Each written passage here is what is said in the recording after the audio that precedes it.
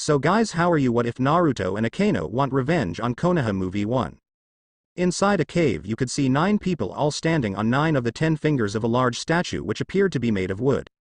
Of the 9 people who had on the fingers of the statue, only 2 were physically present in the cave, while that the other 7 were only holograms. In front of the 9 people you could see a red-haired boy whose entire chakra had been removed, causing him to fall dead on the cold floor of the cave. The boy lying on the floor was between 17 or 18. Wild red hair. His skin was palliated due to the fact that he was dead. His face showed obvious signs of insomnia. He also wears dark long pants, a red long-sleeved jacket with a hem and a gray vest violacious. This person was none other than Subaku no Gaara, Godem Kazekage of Sunagakure no Sato. Former carrier of the Ichibi no Shukaku. Because Gaara was the carrier of Shukaku, he became the target of much hatred and contempt on the part of the people of his village. Because of that, Gaara was raised full of hatred and resentment against humanity, which had caused him an imbalance emotional, and that he only felt alive through the killing of other people. For years he killed both people from his village and other people. Many of them were due to a mission and others were just for fun or to satisfy their thirst for blood. With only 13 years, Gaara had feared in all his people to the point that only his older brothers accepted to be his teammates. Even though that was not by choice but by an order of his father, the Kazekage. But even they, his own brothers, were afraid of him because he did not care that they were brothers. He would kill them no matter what. Even there were times that he had tried during a couple of missions which had caused them to move away from in all the senses of the word, and that they never slept while on a mission with him. Fortunately for Gaara and his brothers, along with all the people from his village, that changed when they attended the Chunin exams that were held in Konoha 3 years ago. In those exams the redhead had known and fought against a person who made him change. It seemed so much that it made him rethink his whole life. After that fight the redhead had completely changed, so that all the hatred felt by the people of his town became love. After gaining the affection of his people, Gaara managed to become Kazekage and led his people firmly for years, but all that had changed one day when they arrived. One day Gaara had been attacked by a member of an organization called Akatsuki who was behind all 9 bijus. The Akatsuki member attack had been strong and relentless, but the young Kazekage had defended himself with everything he had, and so he could protect to his people and his people. But unfortunately all of Gaara's effort became useless when he was captured by Deidara, a former ninja of Iwagakure and one of the members of Akatsuki. After being defeated and captured by Deidara, Gaara had been taken with him to the place where he met his companion Akasuna no Sasori, a former member of Sunagakure who had defected from the village and had joined the Akatsuki. When Sasori had been told he would have to return to his old town, he had decided to break a mind control jutsu which he had placed in one of Suna's most influential council members. He had used jutsu to awaken his sleeping spy, and that this way it will eliminate all the ninjas that took care of the entrance of the town and all the defenses of this one so that they could enter more easily. After both successfully completed their mission, they were persecuted and found by one of the 2 older brothers of the Kazekage. The boy was an extraordinary puppet named Konkuro. But unfortunately for the Sasori decided to face him and teach him a couple of tricks. The fight was short and disadvantageous for the Kazekage's brother. Sasori finished with him and quickly destroyed the 3 puppets that Konkuro possessed in a matter of seconds. The boy could not understand how it was that the man had discovered all his attack patterns and how to block them easily. Konkuro's eyes had opened when Sasori told him that he was the creator of the 3 puppets and many of the puppets with which Sunagakure counted, and because of that he knew all the ways to use these puppets and their weak points. After easily defeating Konkuro and poisoning him, Sasori left him lying in the hot desert of Suna so that he died slowly and painfully. After his fight with the boy, the Akatsuki member decided to reunite with his partner Deidara to continue his work. Inside the cave, one of the 9 figures, a man who looked like a Venus flytrap plant with one side of his face darker than the other. The strange man looked at a man with spiky, disordered hair who did not. He was very far away from him. Pain-sama, someone is outside the cave, he said while looking at his leader who had his eyes closed. The named Pain opened his eyes and looked at the man who had spoken before. Who is Zetsu about? Kakashi's team or Maeda Guy's team? He asked while looking at the Akatsuki spy who could infiltrate any of the 5 great ninja peoples easily and without anyone detecting or finding it. Zetsu looked at his leader while shaking his head. It's none of them, Pain-sama. It's about someone different, someone who is supposed to be dead. That made everyone present in the room either physically or not turn to the strange-looking man with his eyes full of curiosity. After all, not every day a person supposedly dead appears in front of his door. Pain quietly looked at his spy Rinnegan eyes, the Rinnegan eyes which according to the stories and legends converted their bearer into basically a god because of their great power and the amount of skills they gave their user. It was also said that those eyes they belonged to the father of all the ninjas and the creator of all the jutsus that existed. What are you talking about, Zetsu? What do you mean? Someone who should be dead. Explain yourself now, he said as his eyes began to shine dangerously. The brightness in the monk's eyes not only showed how dangerous this was but also demonstrated the power that he had. Zetsu feared for his life since he had seen all the power that man possessed, so the one that spoke quickly to avoid that the man unleashed all his power in the it's about Naruto Uzumaki, the Jinchuriki of the Kyuubi. Pain's eyes opened for a fraction of a second before they were reduced and looked at his spy and informant Naruto Uzumaki. You say? He asked as he looked at the man who nodded. The same Uzumaki Naruto that is supposed to he had been killed by Sasuke Uchiha 3 years ago when he lost control of the Kyuubi during his fight in the Valley of the End, he asked as Zetsu nodded again. If Pain-sama, he agrees perfectly with the photo of the files we have of him. There is also the fact that his body was never found anywhere and it was only deduced that he died as his name disappeared from the contract of invocation of the toads that is in possession of Jiraiya. Apart from that there is only the word of Kakashi Hatake and Sasuke Uchiha who were the ones who spread the news of his death. Pain thought about what Zetsu had told him. No one had found the body or proof that the blonde was really alive or dead. There was also the fact that Zetsu was right with the invocation contract. A name just disappears from a contract when that person is killed or when the invocation decides to withdraw it on their own or when the invoker changes invocation. Without proof to affirm or deny anything, he would have to give the benefit of the doubt to the man. You are right, Zetsu. His body was never found and has not seen any trace of during these 3 years. So we will wait here and see if it is really, and if Naruto Uzumaki is really alive, you Sasori and Deidara will have to capture it and take it to another of our bases to be able to extract the Kyuubi. But if it is not him and this only turns out to be an imposter, you will have to kill him along with all the ninjas of Konoha, he said while looking at the rock that protected the entrance of the cave. Deidara and Sasori only nodded at what their leader had said. Oi. Wait a minute. What do you mean? Let's see if it's him really. You're really believing that the Kyuubi is alive, Leader-sama, said a man with a triple-edged scythe on his back. The monk's scream had caught everyone's attention and had caused more than one to turn around to see him. Next to the man who had spoken there was someone who looked at him before speaking. Shut up, Hidan. What Zetsu says is true. Nobody ever found the body of the Kyuubi, so it is very possible that he is alive. If you used more your brain instead of your mouth would be more useful for all of us, he said, causing a man with a big sword on his back to smile in a funny way. What did you just say, Kakuzu? Maybe you want me to kill you and Kisame too, he said as he looked at the man with the big sword and Kakuzu who was ignoring him in a professional way. Kisame was about to say something but was silenced by Pain, who looked at all of them. Enough of all of you. I said we will wait here to confirm if it is the Jinchuriki of the Kyuubi or not. After all, there is nothing they can do, because the Shukaku was completely removed and his Jinchuriki is dead, he said as everyone nodded. During Pain's speech a man with red eyes looked towards the entrance, hoping that the person who was on the other side of the rock was really Naruto, since if the blonde was really alive then his brother would not fall into the hatred that his eyes always brought when they are taken to the next level of power. In front of a large rock you could see 2 figures. One of them was a man with blonde hair, blue eyes, 3 marks similar to cat whiskers could be seen on each side of his cheeks. The man wore a black t-shirt with red lines on it. On the back it had the blood red design of the Uzumaki clan, but unlike the standard symbol it was inside a circle which was surrounded by various unrecognizable symbols for anyone not familiar with that type of writing or language. The man also wore black pants and black tennis shoes with red lines. The second figure was of a woman. She had long hair to the middle of the thighs of crimson red, blue-green eyes. On her lips had a bit of lipstick the same color as her hair. Like the blonde she wore a black t-shirt and tight pants of the same color. On her feet she wore a dark red tennis. The man was none other than Naruto Uzumaki, an ex-ninja of Konoha. Son of Kushina Uzumaki and Minato Namikaze, better known as the Kuroi Senko or the Yondaime Hokage. The boy was the same Naruto Uzumaki who was supposed to have died almost 3 years during a confrontation with his teammate named Sasuke Uchiha in the Valley of the End. Looking at the girl next to him, Naruto saw that she was looking at the rock that prevented her from entering the cave and unleashing chaos and destruction all over the air. You ready for this, Rias-chan?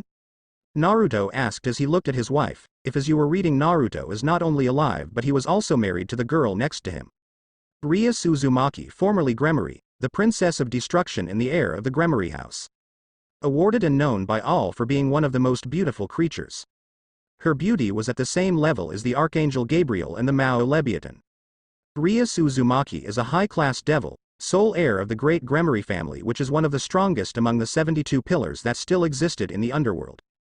She and Naruto met one day when she was facing a great and powerful enemy. After the blonde saved her from being killed and eliminated the enemy, they both became friends. Slowly the friendship became love and both ended up getting married. If Naruto-kun, I am ready, she said while using her family power to destroying the rock in front of her. A black sphere with red appeared on her hand, proving that she was using family power. The power of destruction, which eliminated and destroyed everything it touched, no matter what it was. Everything that was touched by this energy ended up being nothing.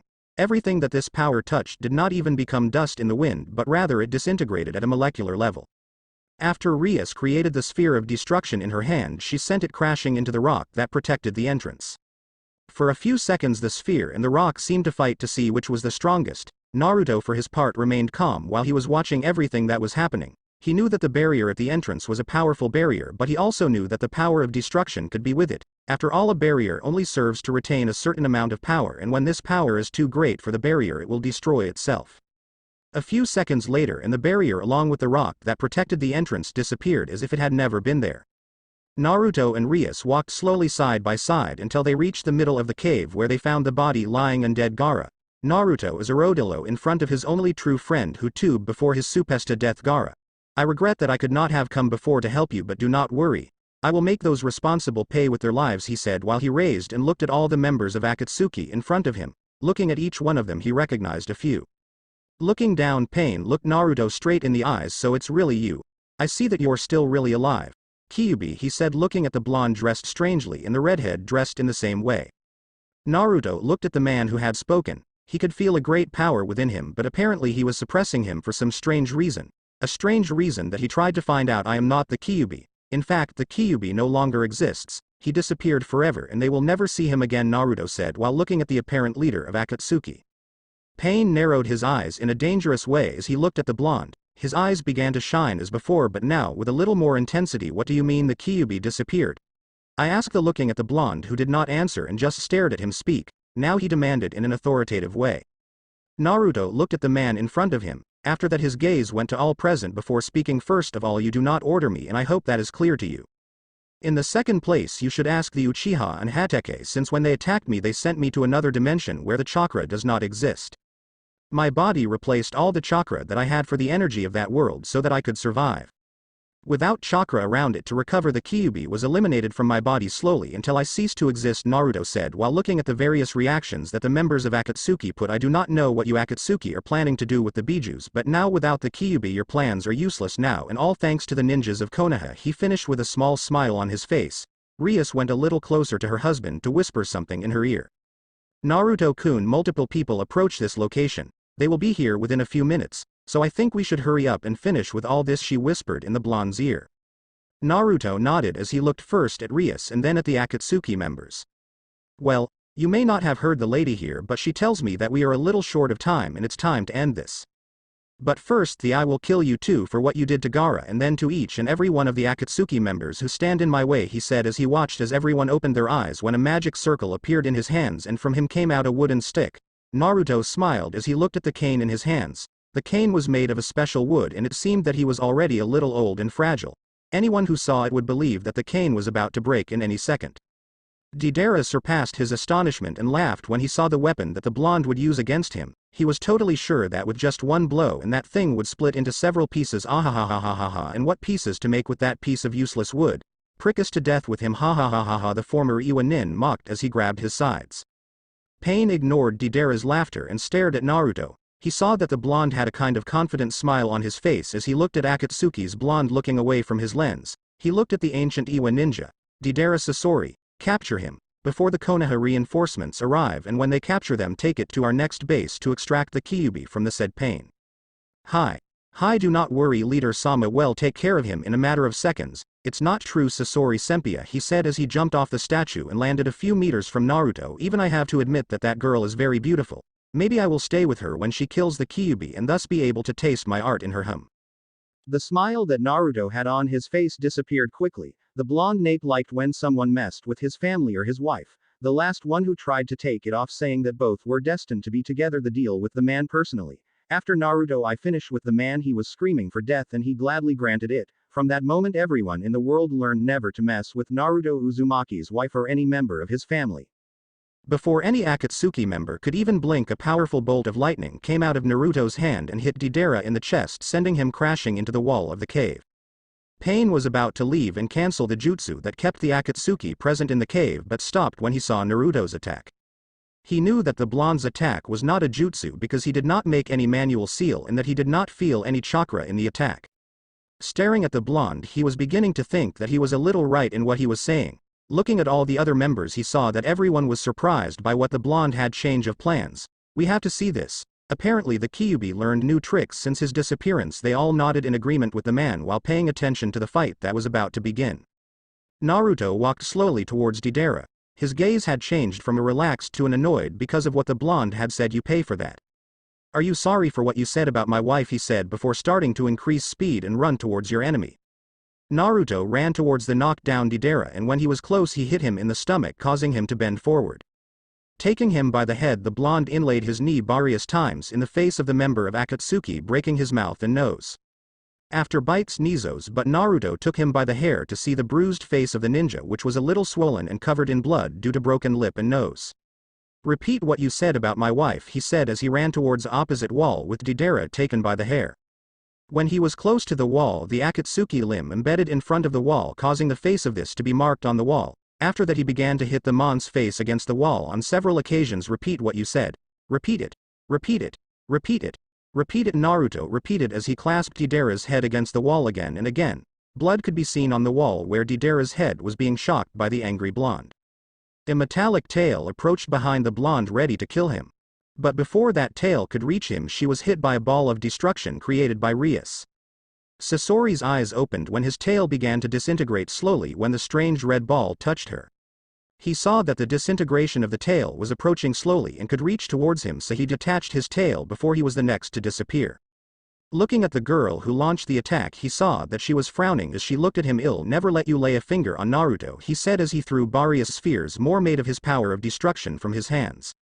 Sasori managed to dodge a couple of them, but an achievement reached him and hit him in the arm, causing it to disintegrate. Another hit him in his other arm. Looking forward, he saw two more were approaching him. He knew that if one of them managed to hit him full in the chest, that would be his end, so without further options he did the only thing that could save his life at this time. Rias saw how a figure came out from inside the puppet before it completely disintegrated, finally decided to face and fight like a man. It was about time, she said as she looked at the man. She had to admit that it was a bit nice, but not at the level that her husband. He also saw that he had a very young face and looked like a boy no older than 15 or maybe less. On the other side of the bin, Naruto kept hitting Deidara's head against the wall. After a few seconds of that, the blonde got completely bored and threw the body of the Akatsuki member in the middle of the cave where everyone could see better. Let's face me like a man. Get up and fight, Naruto ordered. Deidara managed to recover a little after the violent shake that Naruto had given him. Wiping all the blood from his face and stopping the bleeding, he looked at the blonde with all the hatred he could muster in his eyes, which were almost closed thanks to the swelling. Naruto looked at the man's eyes and a small smile came to his face. That's it. That's the way I like it. Show me your power. Show me you're a man and a member of the dreaded Akatsuki organization. It's more for you to see how good I am. Hit me with one of your jutsus, he said while holding his arms. Everyone who was watching the fight was beginning to think that the blonde was going crazy. Letting an enemy hit you with one of his jutsu is like asking you kill. Come on man, do not be afraid and just do it. Deidara got tired of being underestimated and mocked by Naruto, so he took it out and threw one of his strongest bombs directly at Naruto's chest. Boom! The bomb exploded, covering everything with smoke, debris and dust. From his place, Pain narrowed his eyes while looking at the blonde Jinchuriki. Thanks to his eyes he could see everything as clear as the day, while the others were waiting for everything to be cleared to be able to see what was happening. Hajajajajaja, that happens to underestimate me, damn blonde, Deidara said. The blonde Akatsuki turned around and was ready to join and help his partner against the girl with red hair. Really? That's the best you have? Because if that's all, I am really disappointed. Naruto's voice was heard from inside the smoke, which was dissipating quickly. The smoke dissipated completely, showing everyone a completely unharmed Naruto. The only demonstration that a bomb had hit the blonde was the fact that almost all of his clothes were destroyed. The eyes of all the Akatsuki except Pain's opened in shock. They had never heard of a person who has survived one of Deidara's bombs, at least not completely unharmed or with its limbs intact. That's impossible. That must have killed him. How is it possible that he's still alive? Zetsu asked, or more specifically the white part of his face. Even though his voice was more different from that of his black counterpart, the voice of the white part was softer than his black counterpart, and this was also a little childish.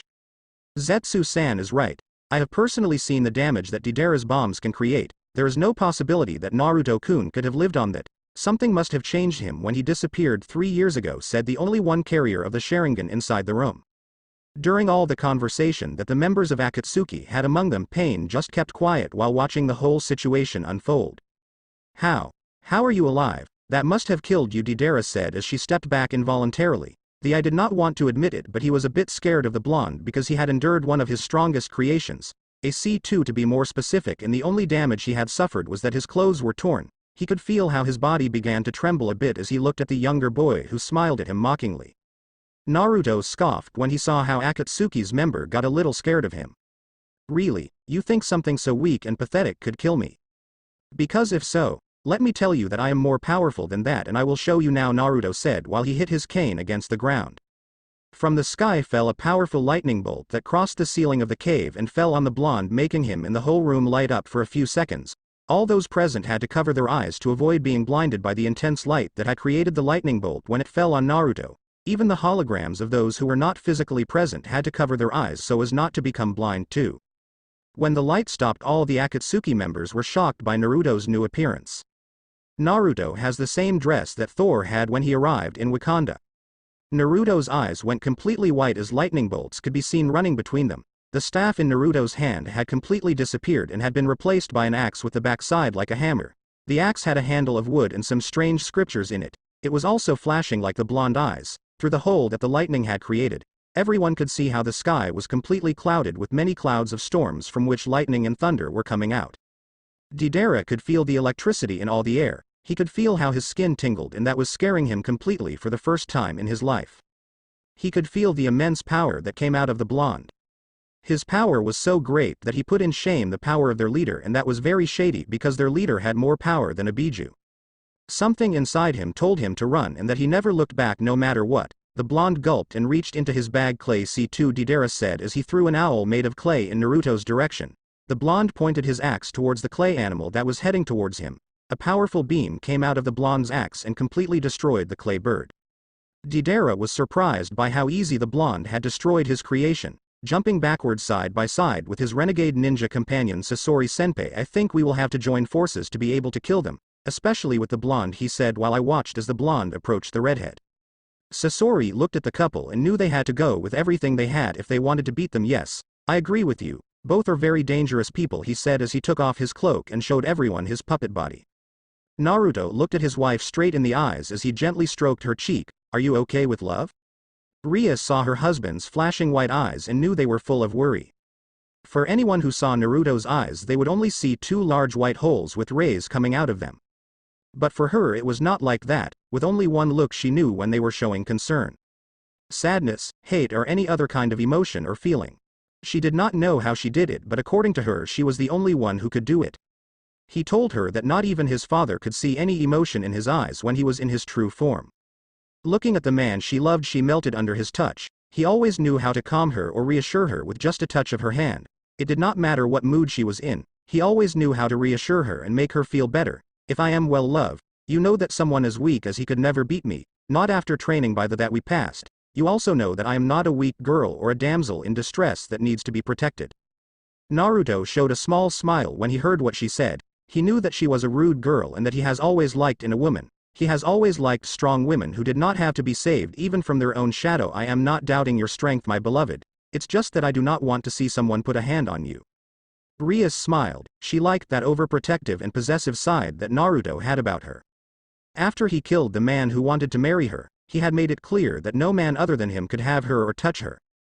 Perhaps my beloved husband, he's jealous because some worthless man has me or wants to touch me. Ria's smile widened when she saw Naruto turn his face away so she would not see his frown. She put her hand on the blonde's cheek and I force her to look at her before giving him a little kiss on the lips. You do not have to be jealous, honey. You are and you will always be the only man I love, but you know we think we should end this as quickly as possible. Do you remember the people I told you?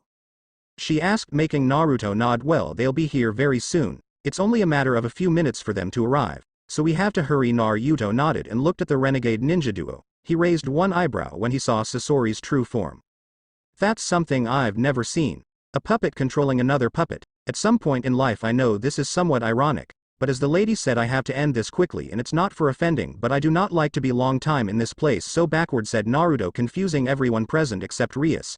None of them knew what he was referring to as backward. Pain watched the transformation of the blonde and could feel the immense power that came out of him. He remained silent while watching and analyzing everything in search of a weakness or a way to beat the blonde.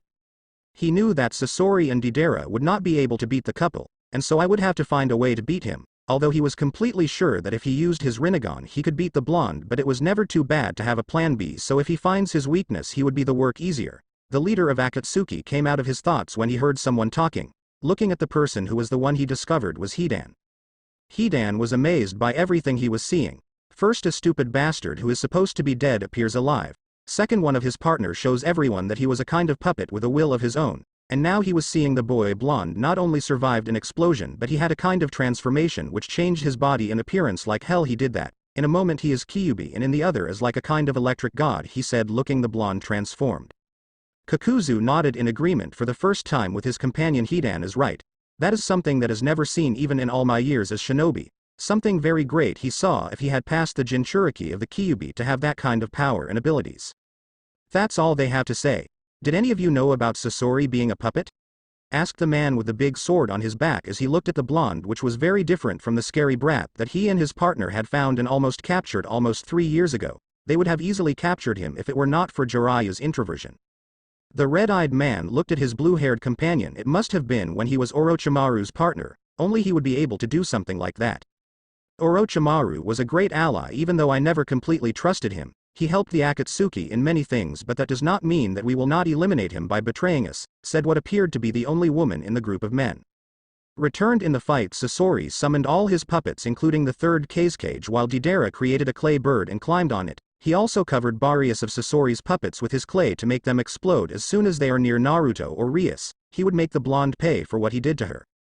Naruto flew up and placed himself on the 2 Akatsuki members, surprising them all, and it was only known to 2 ninjas in all shinobi history who have been able to achieve that feat since the beginning of time, and both shinobis belonged to the village of Iwagakure and both became cages, being of the Nidame and the other the Sandame. Their surprise increased more when from the back of Rias came out a pair of black wings similar to those of the bats which she used to fly and stand next to the transformed blonde. From her hands the redhead created 2 balls of destruction in her and threw them to her enemies. Sasori had his puppet Barius form a wall with their bodies to protect him from the strange power of the red-haired girl. He also made his favorite puppet the Sandame cage so that it would create a wall of iron sand. But unfortunately for the redhead of Akatsuki, none of that was enough to stop the destructive power of the girl, who crossed the wall of puppets and iron sand like a hot knife in butter. Taking advantage of the opening that his wife Naruto created, he threw his axe forward, destroying Barius puppets that were in his way. After throwing his axe, Naruto made his hands covered with lightning which he threw forward and destroyed 2 clay birds and Barius puppets, but they were heading towards him. As if he had a mind of his own, they all saw how Naruto's axe came back into his hand. As soon as his weapon returned to his hand, the blonde lifted it into the air, pointing it towards the sky. Everyone inside the cave, whether they were physically present or could not hear, as the sky began to thunder. Lightning and thunder began to cross the roof of the room and fall everywhere. Both Sasori and Deidara had to move on several occasions to avoid being electrocuted by his blonde enemy. The only ones who were safe were the members of Akatsuki who were on the statue and the blonde and his wife. Looking at their enemies, Naruto smiled when a powerful bolt fell on his axe. The blonde threw that ray that had fallen on his weapon forward and destroyed everything in its path, including a wall that was behind his enemies. The blonde's attack had caused his enemies to separate from each other. As soon as Deidara placed his feet on the destroyed floor of the cave tube that skillfully dodged various spheres of destruction thrown by the redhead and lightning and thunder falling from the sky or the blonde was throwing at them. From his hand he threw various pigeons made of clays which flew quickly and exploded in Naruto's face, but they could not do anything. Flying up, he made the blonde chase him, and when he saw that the blonde was about to reach the jump of the bird that had created and made it explode, Naruto growled when the impact of the explosion sent him crashing to the ground. Quickly rising to avoid a puppet with a sword through his head, before he could do something, said puppet disintegrated into nothing when what seemed a dark red arrow pierced through the middle of her chest. A smile came to the blonde's face when he saw Rias giving him arrows and a bow to his power. Shaping his power was something he had taught her after he began to train her and her nobility. Ignoring his wife for now, Naruto flew quickly to Deidara, who was on another bird made of clay. Moving at a speed that the renegade ninja could not follow, the blonde appeared behind the man, and without this realizing, he hit him in the neck, sending him to hit the ground. Before Deidara had time to recover, a powerful beam pierced his back and destroyed his heart. Naruto stared at the body of the dead Akatsuki on the ground. Generating a powerful beam in his hand, he threw it against the body of Deidara to leave it charred and unrecognizable. After that, the blonde turned around quickly and used his maid to split a puppet in two that had tried to attack him with a sword. After that, he grabbed another by the arm which had a kunai in his hand. Hitting the puppet Naruto caused that it would be destroyed as if it were nothing.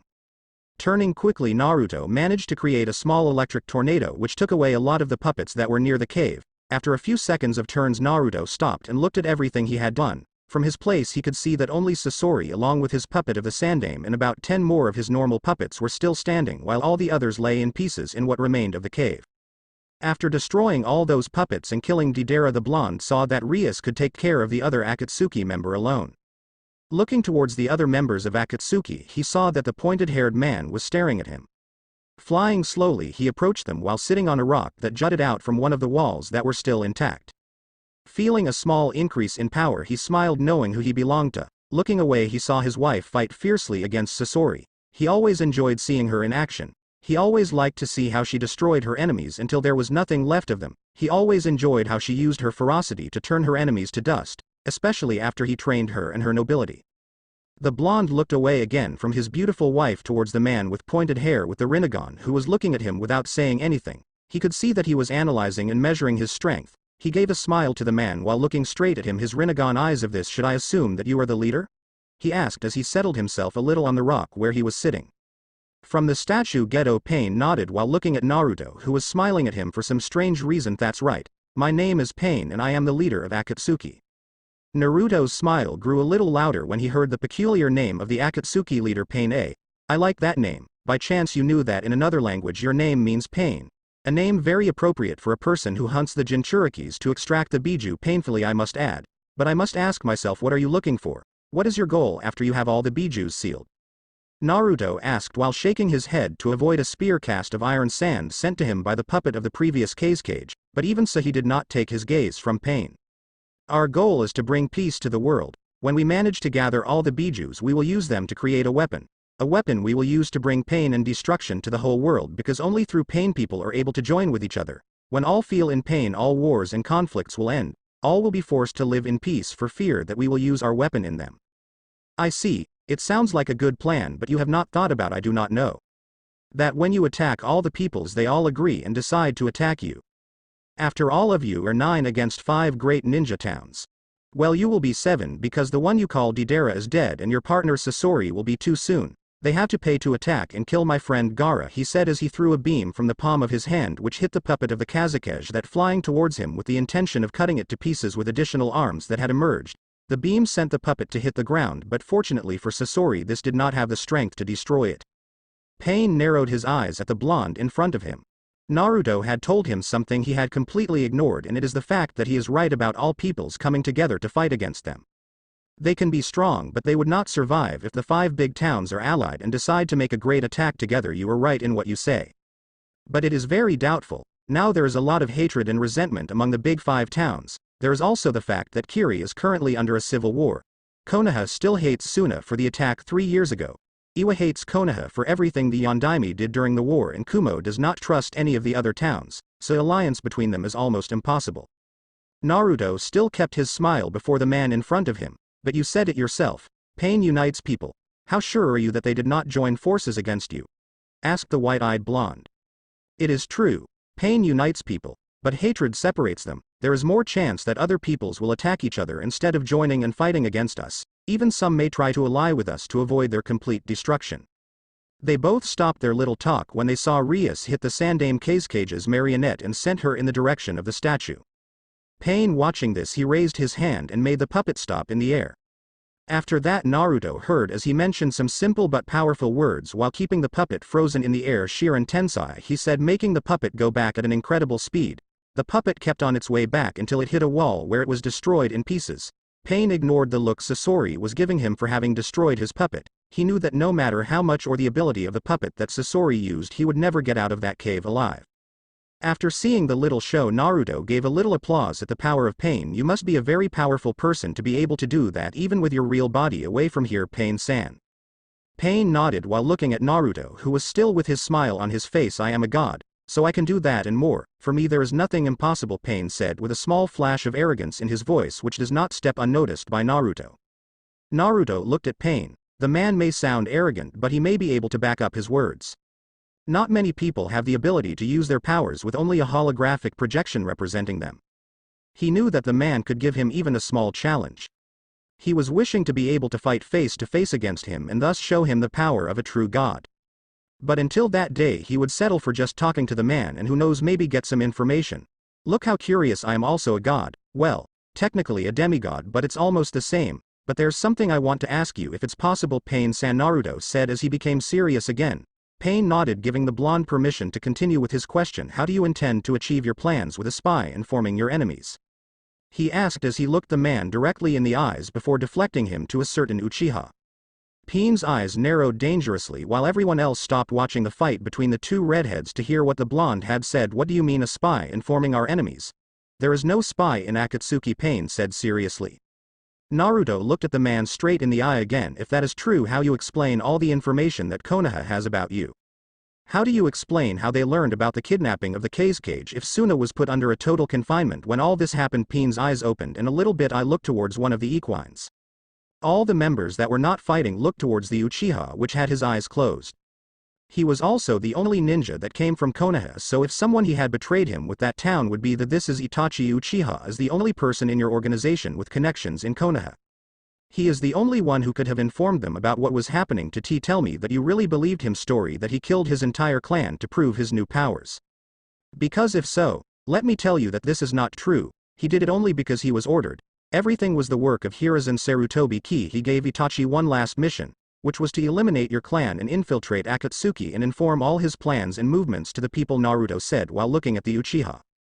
Itachi's eyes widened slightly as he looked at the blonde. He did not know how or when he had found out about it. Only he, the Hokage and his advisors were the only ones who knew about that mission. Before anyone could ask him something, the Uchiha broke his connection with all present and made his image disappear. Seeing this, Pain looked at Itachi's partner before speaking. Kisame, I want you to catch Itachi and bring him to town. I want him alive so he can know everything he told Konoha about us, ordered Pain looking at Sharkman. Kisame, he nodded before his image also disappeared to fulfill his mission. While Naruto was talking comfortably with Pain Rias, he used his hands to grab the sting full of Sasori's poison. Showing incredible strength, the redhead crashed into the ground Akatsuki. She repeated that many times until she pulled him towards her potion. When Sasori was close enough, she hit him in the chest with a ball of destruction which destroyed the Akatsuki member completely. Naruto saw that and got up from the rock while cleaning his hands to remove the dust and dirt that was in it. Well, now that Sasori is dead, I think we ended up here. I agreed with Pain-san, and all of you also members of Akatsuki, he said as he flew towards Gaara's body, which surprisingly remained in the same place as at the beginning despite all the destruction and chaos that had happened in the cave. Pain said while making the blonde stop in his place. Why are you helping us? Asked, sincerely surprised by what Naruto did. Actually, it's very simple. Without Itachi in the Akatsuki, I will not have to face all of you. To be honest, I do not have any problems with you. As I said at the beginning, we just killed Sasori and Deidara for what they did to my friend Gaara. The Kyuubi no longer exists in me, so do not come from behind me and we will not have problems. If you even knowing that you decide to follow behind me, I will have no choice but to kill each and every one of you, he said while his eyes they shone for a few seconds. What you saw here was only a small sample of our power. In fact, I have a better idea. Why do not you and I better make a deal? The blonde asked, looking at the Akatsuki leader. All the members of Akatsuki stayed listening to the conversation between the proclaimed gods. Even after seeing the powers of each one, it is possible that they are truly gods. A deal, you say? What kind of deal do you offer? He asked while looking at the blonde. A very simple one where both parties will win. When you build your machine of annihilation and you decide to sow terror all over the world, there are a few countries that I want you to avoid destroying. In exchange, I will take care of Orochimaru and the traitor Uchiha for you. I will also provide you with a seal that will allow you to extract the Bijus from their Jinchuriki without having to kill them. I may no longer be a Jinchuriki, but I will not let people who suffered a miserable life for something that was beyond their reach and for human greed die. Not if I can help it, he said as he went to Gaara's body. Putting it in his pocket, Naruto took out a small piece of chest similar to those used by the devils to resurrect the dead and turn them into members of his nobility. But the difference was that he had the figure of an axe equal to Naruto's. Are you sure this will work? I asked, looking at his wife. Rias nodded as he crossed his arms under his broad bust, making them pronounce themselves more as a Juka-sama, said yes. Since you are not a devil but a god, he cannot create a set of bad pieces so that you can relive the people. That's why using your unlimited energy he could make a variation that works with your power and thus be able to revive a person and turn them into a demigod just like you, he said while looking at the piece. If everything worked as Ajuka, he had told Naruto could revive various people with his pieces, not the same amount that a high-class devil could reincarnate, but if enough for a few. Naruto had what would be a queen, a knight, a tower, a bishop and a pawn, so the blonde could only revive 5 people and turn them into demigods. Like, besides, this is not the first time you use it, right? She asked as she watched him. Yes, but this time the person who used it used magic like us. Gaara does not use magic instead, but his whole body works with chakra, and we do not know if this would work, he said while looking at the redhead. You are right, but Ajuka-sama assured that this would work. Besides, this is not the time to doubt him or if, especially with the fact that you have known each other for many years, so you, more than anyone else, should know the ability to create things. Naruto nodded, knowing that Rias was right, so he took a deep breath as he bent over and put the piece on Gaara's chest and recited the incantation that had been given to him so that the ritual could be fulfilled. By my name, I, Naruto Uzumaki, god of thunder, son of Thor, the father of everything, I invoke the soul of this man Subaku no Gaara to return to his body and emerge as a new person. A new god, the god of the sand, he said, making a magic circle appear from under the body of Gaara.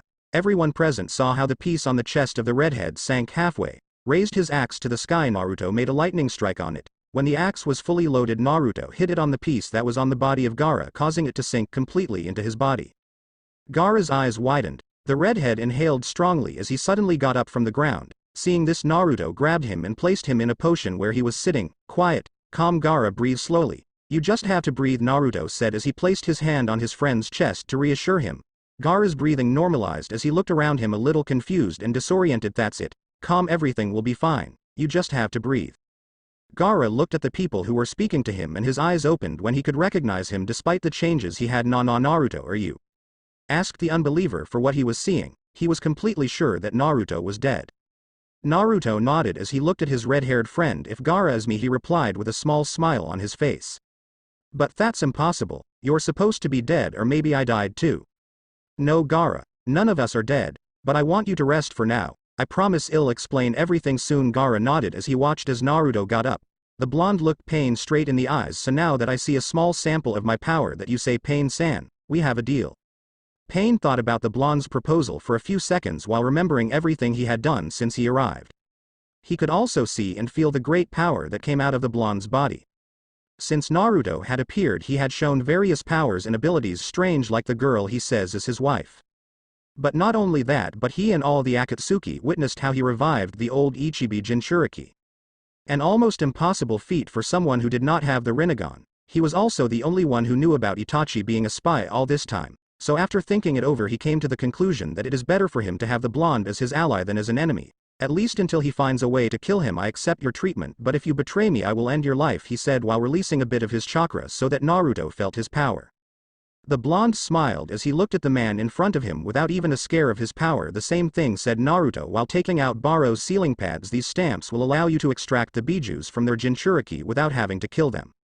You only have to put one on your objectified and another where you want the chakra to be stored. To activate them you will only have to infuse a little of your chakra on both pieces of paper before beginning the process, Naruto said as he put the labels on the floor and gave the back to Pain. But before he could get very far, the leader of Akatsuki stopped him. Wait. We still have something to solve before you can go, he said, making Naruto turn around to see him. And what would that be, Pain-san? He asked, looking at the man with pointed hair. We still have to solve the issue of the Kyuubi inside you. We have to extract it and seal it before you leave, he said while looking at the blonde. As I told you before, the Kyuubi disappeared completely from my body along with all the chakra that I had, but if you want you can try it and you will see that there is nothing. If you want I can give you a demonstration, he said while doing various hand positions for a jutsu that he knew very well. Kage Bunshin no Jutsu, he said, and nothing happened once I told you I do not have chakra anymore. Pian looked at the blonde and with his eyes he could see that he was speaking the truth. Thanks to his eyes he could see if a person had chakra in his body or not, and in Naruto he could not see anything, not even a small drop of that is a problem. Without the Kyuubi chakra we will not be able to carry out our plans. I would not be so sure about that, he said, making everyone look at him confused. So you can see that I support your plan, and as an act of good faith I will tell you how and where you can get a large part of the Kyuubi chakra. It is not as big as the one I had, but it will be very useful for your plans, he said, calling everyone's attention, especially Pain's. A lot of Kaibi chakra, he repeated, making Naruto nod. Where? I asked. Inside the Temple of Fire there is a boy named Sora who has a small portion of the Kaibi chakra which was sealed in it by his father when he was a child. Another part is inside the bodies of the brothers Ginkaku and Kinkaku who were swallowed and spit by the Kaibi after they started eating it from within. And finally in Konoha is the largest fragment of the chakra, and that is in the grave of the Yondaime Hokage Minato Namikaze. Also next to his body is find a parchment where you can find a small part of the Kaibi chakra that belonged to Mito Uzumaki-sama, he said, amazing everyone with the fact that there was more source of the Kyuubi chakra than the one that had previously in the body of the blonde. If you manage to put them all together, then you will have a very good portion of the Kyuubi chakra, and it may even be enough for you to be enough for your plan. Pain narrowed his eyes suspiciously at his new ally. How do you know about all this? He asked the question that was on the minds of all the Akatsuki members who were on the statue. Let's say that information was given to me by a very reliable source, he said before turning around and walking back to his friend and his wife, but as soon as he did he stopped quickly and came back talking. Oh, and one more thing. The grave of the brothers Gold and Silver is located 200 meters south of the entrance of Kumogakure. Just where is your ninja academy? So to be able to remove them you will have to destroy this place. And to be able to remove the chakra from their dead bodies they will have to use these stamps and your Rinnegan. Do not ask me how I know the skills that your eyes possess. After saying that and dropping the seals on the floor, and turned again and started walking towards the people who were waiting for them. See you later, Pain-san, and you also, Konan. Zetsu, Hidan, Kakuzo, and you also, Tobi, Naruto said as he surprised everyone with the fact that he knew their names. But nobody was more surprised, I mean that when Pain heard that Naruto knew about Tobi. Nobody apart from him, Konan and Zetsu, knew who Tobi was, and much less wise who he really was. Maybe he and Naruto are allies for now, but he would not stop investigating the blonde and devise a plan in case you have to eliminate it. With all your work done, Pain made all the holograms of its members disappear. After everyone left, cancelled the jutsu with which he kept the ghetto statue in the cave. After that he disappeared from the cave. He would then send Zetsu to pick up the tags that Naruto had brought. Naruto approached Gaara and helped him to get up off the floor. Come on Gaara, we have to get out of here, he said as he hooked Gaara's right arm over his shoulder to help him walk until he fully recovered. Rias did the same with the left arm. Gaara looked at the girl, which smiled warmly. He gave a confused look to the blonde, who all he did was smile before speaking to introduce his wife to his friend. Gaara, introduce you to Rias Uzumaki, my wife. Rias-chan, I present to Gaara the only true friend I had in this world. Rias smiled at the redhead. It's a pleasure to meet you formally, Gaara-san. Naruto-kun has told me a lot about you. The pleasure is all mine, Uzumaki-san, said Gaara in his voice a little weak and a bit exhausted. Rias shook her head as she looked at him. Please call me Rias only. Any friend of Naruto-kun is a friend of mine. It's okay, Rias-san, he said as he looked at her. She was about to say something but was interrupted by Naruto, who was shaking his head with a smile on his face. Do not bother, Rias-chan. It took me a while to get him to call me by my name. You just let him go by now. Hell, get used to it later, he said as he watched as she nodded as they left completely from what was left of the cave. Naruto, what happened with your eyes, because they are like that? He asked as he watched Naruto's flashing white eyes. This is an effect of being the god of thunder, he said as his eyes returned to normal for a few seconds before returning to his true form. What do you mean? You're the god of thunder. And how is it that you're alive? And what was that about making a deal with the Akatsuki leader? I know you have many questions, Gaara, and I promise I'll answer all of them when we get to Suna, but for now rest because we have a long trip to your town. Gaara nodded, as Naruto had told him he had many questions for the blonde, but I would wait until I reached Suna to be able to do them. For now he would just concentrate on leaving this place as quickly as possible. Rias looked at her husband while frowning a little. Naruto-kun are already here.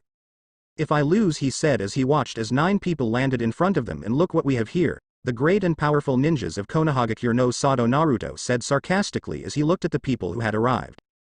The eyes of everyone who had come opened when they recognized the person in front of them. This is impossible, you should be dead. I saw you die, Kakashi said, surprised while looking at his former student. You wanted to say when you killed me, Hatake, but unfortunately for you I am still alive and stronger than ever. What do you mean you killed Naruto? Assume that you died when the Kyuubi took over your body and attacked both Sasuke Uchiha as Hatake Kakashi, or that was what informed all allies of Konoha. Gaara said while looking at his friend, his only true friend.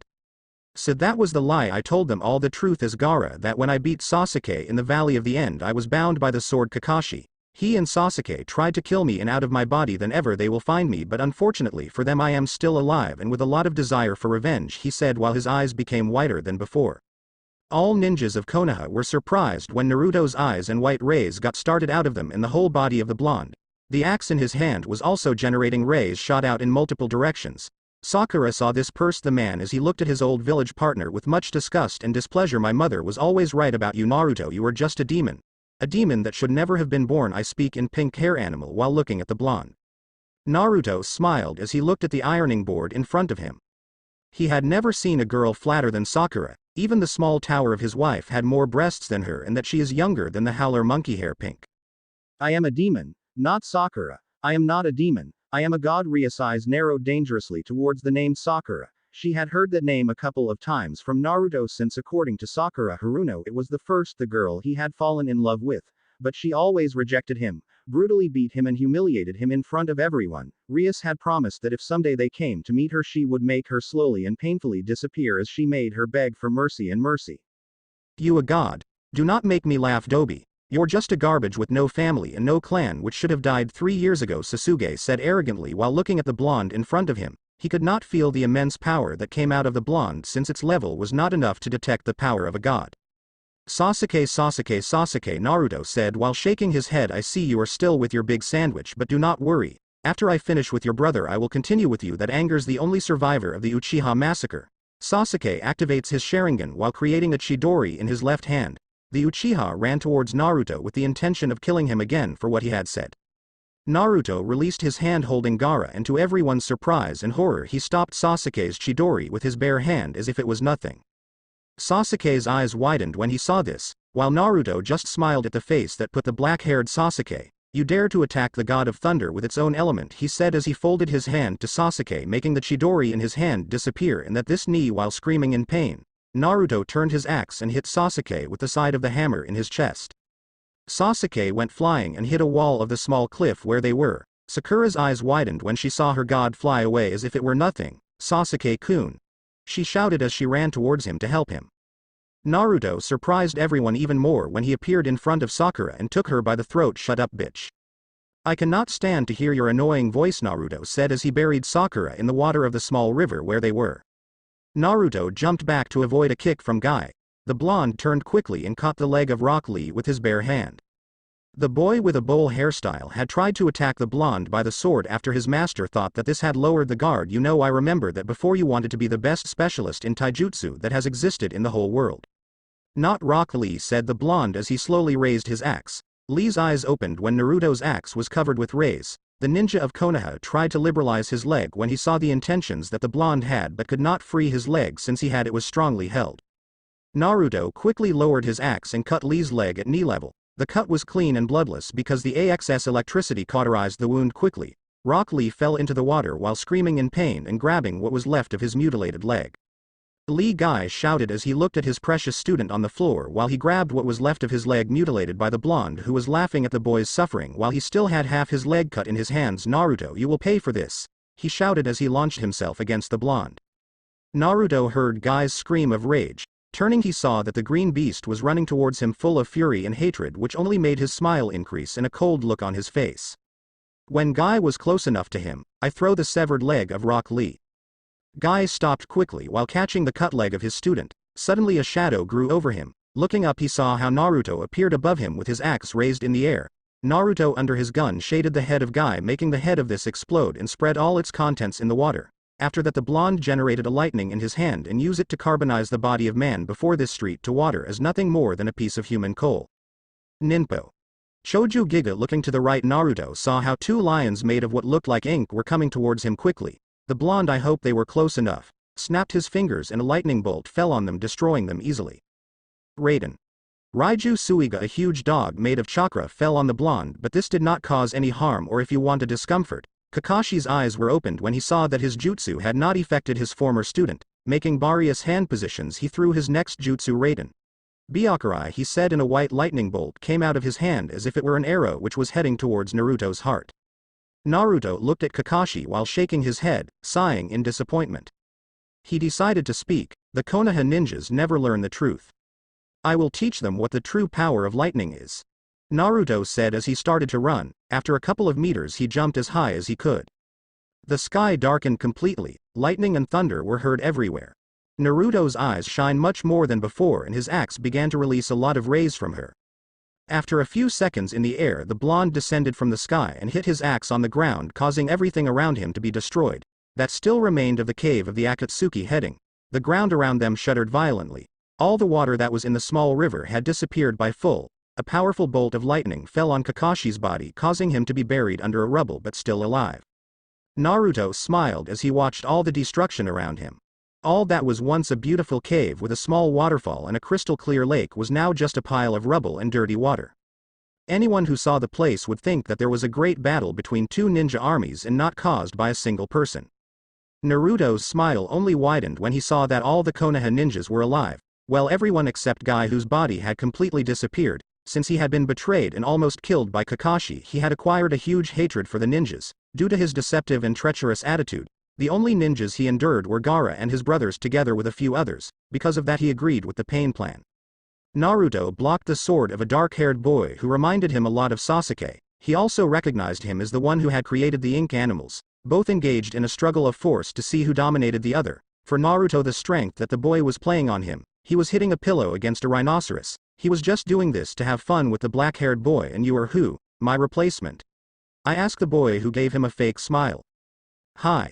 My name is Sai, but unlike you and Sasuke I do have a penis, he said while keeping his fake smile present and trying to dominate the blonde. Naruto raised one of his eyebrows at the boy's comment on what do you rely on to say that I do not have a penis. The last time I checked if I had one, and one very big. If you want you can ask my wife to come up, Naruto said while looking at the black-haired boy. Then she must be stupid to get ugly to marry a man without a penis like you. Naruto looked at the boy, who still struggles to master him at the level of strength, which would be impossible because he was not at the same level as you. Know I had no intention of killing you, but now with what you said about my wife I cannot forgive you. Sai did not have a chance to do anything but open his eyes in shock when Naruto's hand went through his chest. Naruto removed his hand from the boy's chest as he let his body fall to the ground. The God of Thunder looked at Sei's heart in his hand before crushing it and dropping it to the ground next to the body of the boy. Raised his axe, he destroyed the head of the dead boy before generating a lightning in his hand and carbonizing the body. Then who is still, he asked, but did not receive nobody's answer. All of them just stared wide-eyed at everything he had done. Seeing that nobody wanted to face him, the blonde decided to finish with everything. Taking a last look at everything he had done, he nodded to himself before looking at Kakashi, which had come out under all the rubble in which he buried him. He was almost completely unharmed with just a few pieces of clothing and clothes a bit torn. I already have to go, Kakashi, but before I leave I want you to deliver a message from me to your I have cage, he said, making the man look at him. Kakashi, tell the old witch that God of the Thunder will come to Konoha to sow chaos, destruction and death throughout the town, and that I will finish what the Kyuubi began. With that said, Naruto flew along with his wife in the direction of Sunagakure No. Sato. Chio, Neji and Tenten stared at all the destruction that Naruto had caused, still trying to process him as he was able to do all that. None of the three had the courage to face the powerful blonde who called himself a god, but after having seen all the power of Naruto they were beginning to believe that his words were true. Descending slowly, Naruto, Rias and Gaara landed about 200 meters from the entrance of Sunagakure and decided to walk from there to the village of Sunagakure. They decided to do that for 3 reasons. One was because Gaara had regained enough strength to be able to walk on his own. The second reason was because neither Naruto nor his wife wanted the people of the village to see them flying, which could cause them to be frightened and decide to attack them thinking that they were the enemy. And regardless of whether Gaara was their friend, Naruto would not allow anyone to hurt his wife, because if that happened to him he would have no choice but to destroy the whole village and even Gaara if he came to get in his way. The last of the reasons, and the most important of all, is because Naruto really hates most people in this dimension because of his short understanding of things. Anything that was out of their understanding or out of their understanding they labeled as being wrong, and that was something that should not exist. Very unlike the humans of the dimension where he lives now, since this is less intolerant and less stupid than those who lived in the shinobi dimension. They are also more mentally developed and more understanding about things, since most preferred to seek an explanation of things before judging them. After landing in the hot desert that was Sunagakure, Naruto decided to seal his powers almost completely and thus return to his sealed form, which was the way he wanted to appear before the brother and sister of Gaara and avoid problems with them or any other people within the village. So after he seals his powers and Rias also sealed hers, the 3 of them walked slowly until they reached Suna's only entrance, where they ran into Gaara's brothers, who had a few hundred heavily armed ninjas behind them. apparently as reinforcements for the Konoha ninjas. But as soon as they saw everything they quickly stopped when they saw that their leader was back home safe and sound. Gaara, Tamari said, surprised as she looked at her younger brother. Running towards him, she hugged him tightly with fear that he could escape if she released him from his arms. Gaara are alive.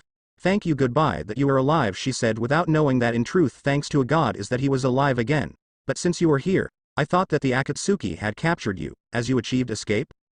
She asked. She did not notice the small frown on Ria's face when she mentioned the man. It seems that even in another dimension she still felt the effects of mentioning the name of that powerful being. I am fine, Tamari, so do not worry, he said, looking at his older sister, and to answer your question, I did not escape, but they saved me, he said while pointing to the blonde and the redhead. If Tamari was surprised to see her brother alive when she recognized Naruto, she almost died of a heart attack. Her eyes widened in shock and surprise. Releasing the redhead, she ran to Naruto and hugged him tightly. Even stronger than his own brother, like a dam overflowed, tears began to fall freely down his face, and without being stopped all his tears ended in Naruto's right shoulder. The god of thunder only smiled as he returned the hug to Tamari. Raising his hand, he began to pass it through the head of this in a comforting way, as he did to Rias when he was somewhat depressed or just when they were alone in his house. He also sometimes did the same to the tower of his wife, who was almost always stuck to him for his quality and imposing aura. After a few seconds of crying silently on the blonde Tamari's shoulder, I looked directly into his blue eyes before speaking. Naruto-kun, I thought you were dead. After we returned from helping the others, Kakashi came back with the Uchiha and informed everyone that you had died during your fight with Sasuke-san, he said, unable to stop the tears that went down his face. Now calm, Tamari-chan, do not cry. All that was a lie invented by Kakashi. The god of the Asgardian thunder spoke while looking at Suna's Kunoichi. Then I will explain everything to you in more detail, he said while making her look at the eyes. Also do not cry. A girl is beautiful as you should never cry, he said while wiping the tears from his eyes, which miraculously stopped. Tamari blushed a little when Naruto called her beautiful. She also felt an electric current running all over her body when the blonde placed his hands on his face. Looking aside, she stared at the girl who was accompanying Naruto and his brother Gaara. She had to admit that the girl was beautiful, with a nice skin and with her cute and long red hair. She felt a little jealous for the good figure that the girl had. She always wanted to have a figure like hers, but she could never achieve it. Especially with her being a Kunoichi, she could not afford to look weak before her male companions, but even so she could not help but envy the attractive figure of the red-haired girl. Her beauty only increased by her big and striking blue eyes. Erdoso Naruto saw how Tamari was seeing Rias and could not help but smile mentally. No matter where she went, Rias always becomes the center of attention of both men and women. Wherever the redhead stepped on, she always attracted all eyes towards her. It did not matter if it was in the earthly world or in the human world, and apparently now in other dimensions its beauty continues to capture everyone's attention. Smiling a little more widely, he spoke as he looked at everyone present in front of him. Tamari-chan, Kankuro-san, let me introduce Rias Uzumaki, my wife and the future mother of my children, he said with a small smile full of love and pride. Tamari could feel her heart breaking into several pieces when she heard what Naruto had said. She took a couple of steps back and managed to get away from the blonde and the redhead a little. Are you married? She asked, and immediately Naruto nodded affirmatively. I am happy for you and I hope you both are very happy together, he said as he looked away so Naruto did not see the tears they wanted. She had been in love with Naruto since the first time she saw him in the Chunin exams. That love intensified even more when she saw him fighting Gaara without any fear of the Gaara or the beast in which he had at that moment. The love she felt for Naruto increased further when he managed to get Gaara out of the endless darkness he was in. 3 years ago she had planned to declare his love for the blonde after he returns from the mission of the Uchiha. But she never had the chance since he had died during that mission. For a long time she felt devastated by the death of the blonde. She even blamed herself for the death of this, since I wanted to go to her aid, but for her to be helping the Nara she could not go to help him. For months she cried while telling herself that she should have left the Nara alone and go to the help of the man she loved, but now after 3 years she discovers that he is not only alive but also now he was married to the redhead next to him. The knowledge that had caused him much more damage than the knowledge that he was dead, now that she saw that he was married. She knew that he had lost his chance and that he had also lost the man she loved forever. For a second she thought that the reason why the blonde was still alive and back was due to the fact that fate wanted them together so that both of them were happy. That was what she thought. That was what she wanted to believe.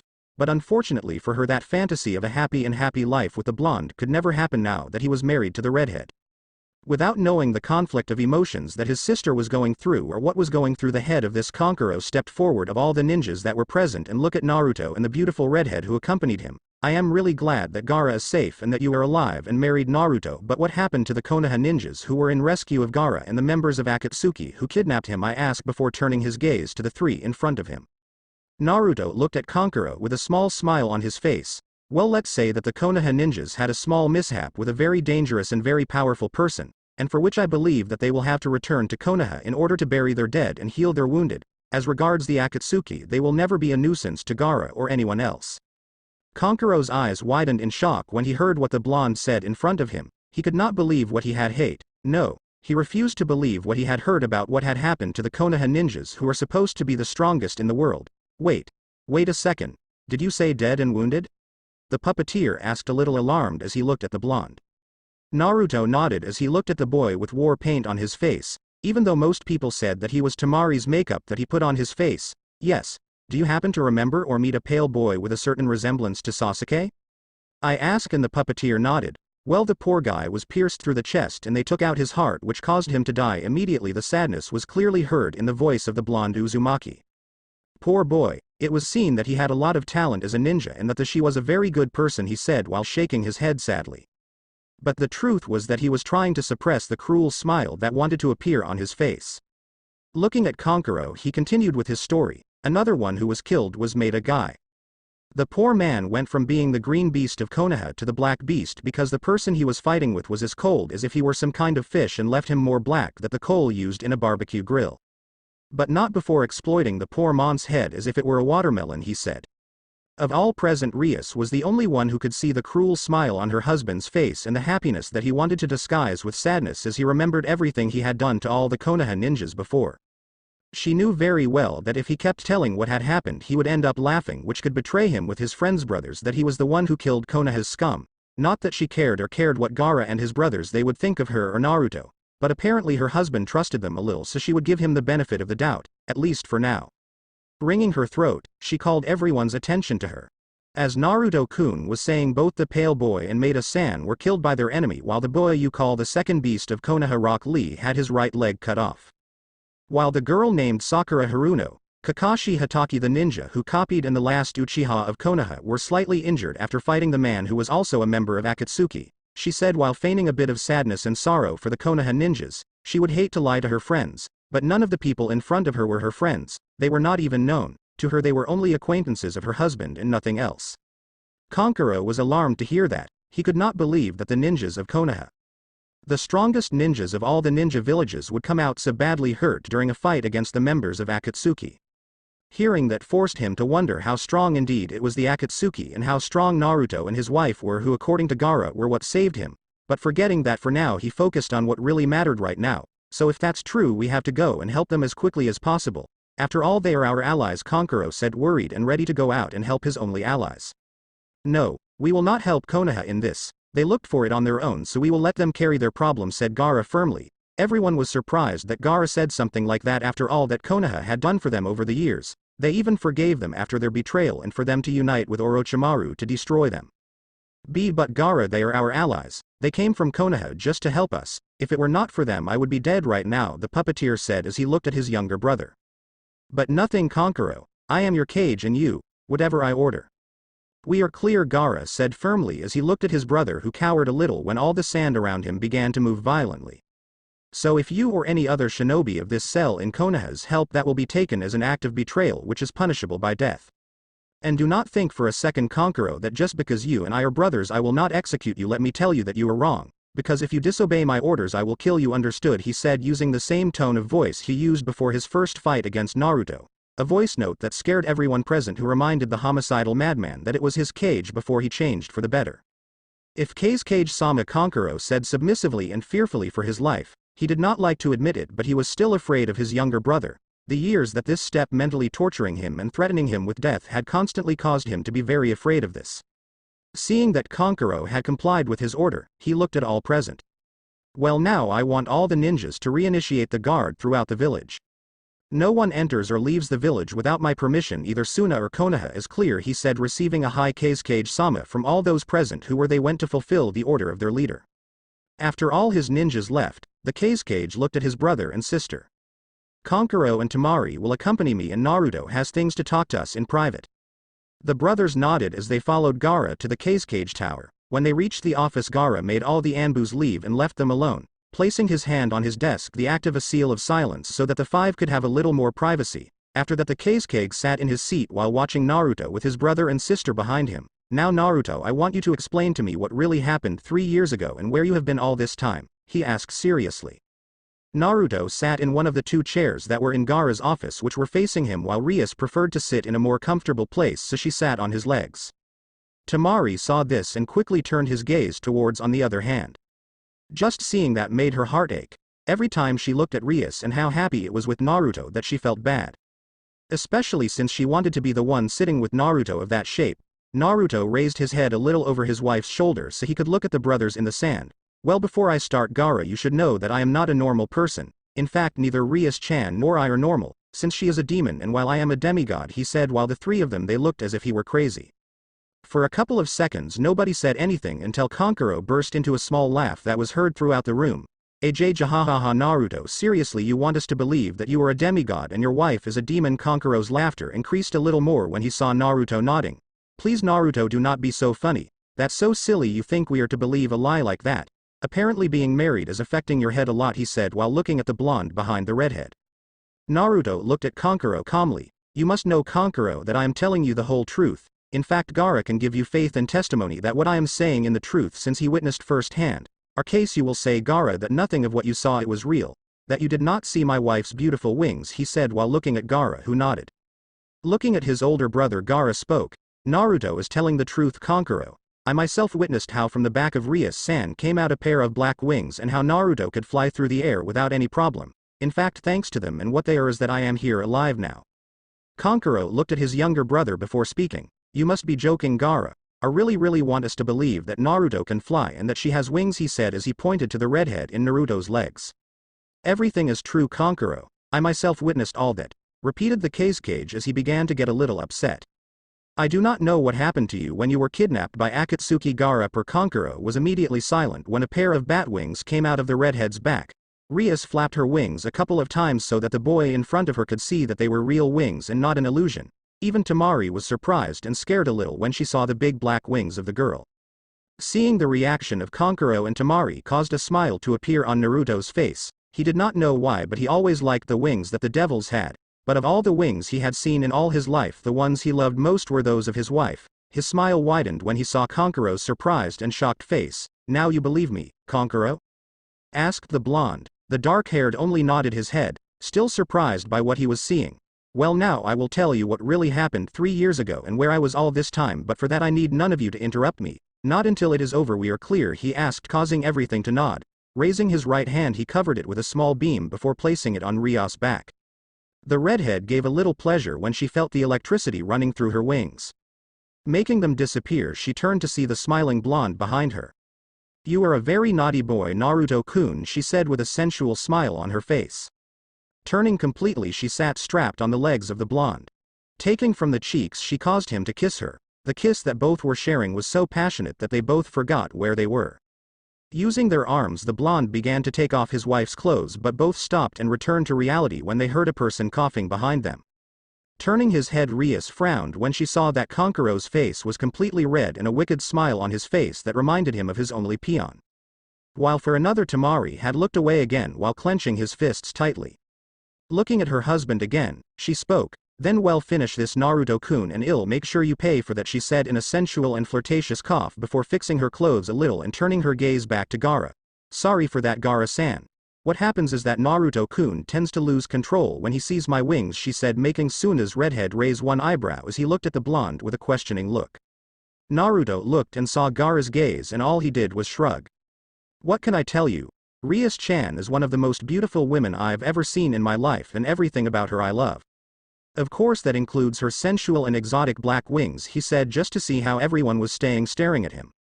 Coughing a little in his hands, he changed his attitude to a more serious one, which surprised the brothers of the arena since they never saw the blonde with such a sorry look like that. Well, going back to the subject that matters, I was about to tell you where I was these 3 years. So let me tell you that it all started 3 years ago after my fight with Sasuke in the Valley of the End, he said as he began to tell him what he was doing, happened 3 years ago. Flashback, what is now known as the Valley of the End, was once a large and crystalline river that was almost at the end of the borders of the Country of Fire. A place that was formed in what is now thanks to a great and intense fight between Madara Uchiha against Hashirama Senju.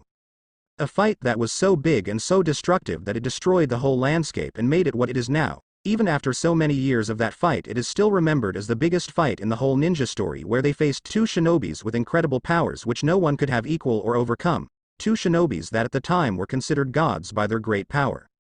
So to immortalize both shinobi, Konoha decided to create two statues in honor of them.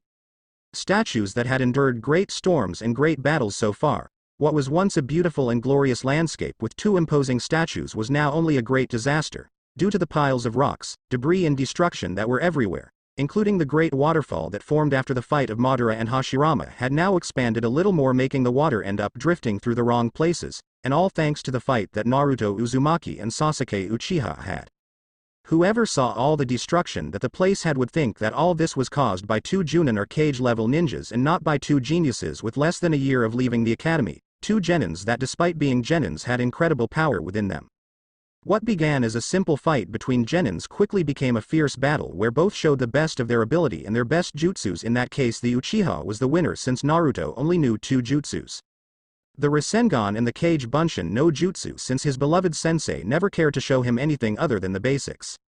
Since he only focused on Sasuke and sometimes on Sakura, to whom he taught some things about genjutsus.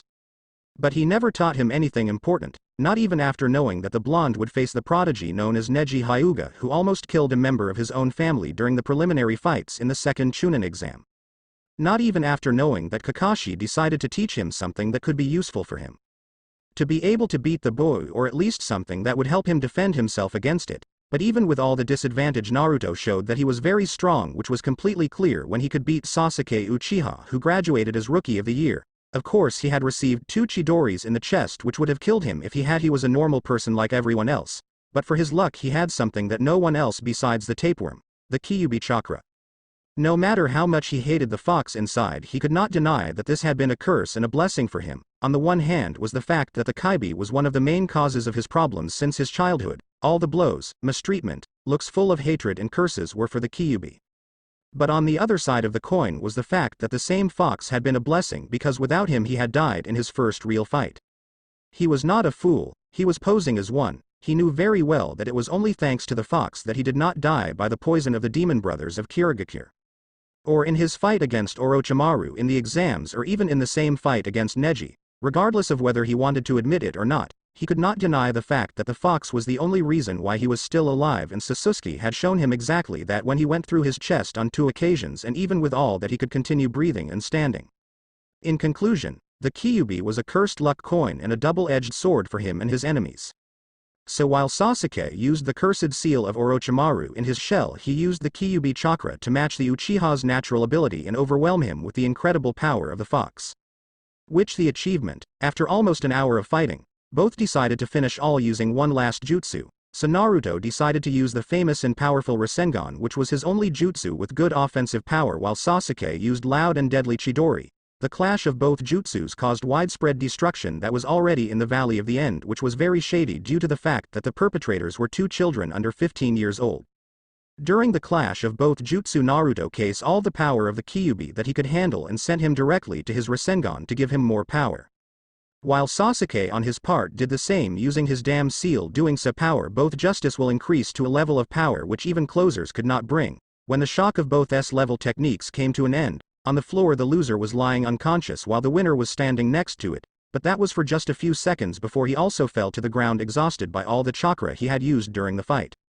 Naruto could not help but be very happy. Even with the beating he had received at the hands of Sasuke, he was happy, and it was no wonder since he had just beaten the Rookie of the Year. The last Uchiha left in Konoha, the boy prodigy who had everything on a silver platter. He also managed to avoid escaping to a renegade ninja and an enemy of his people. His people, now that he thought about it, his smile increased more because finally he would get all the respect and recognition he deserved. The respect that he craved since he was very small.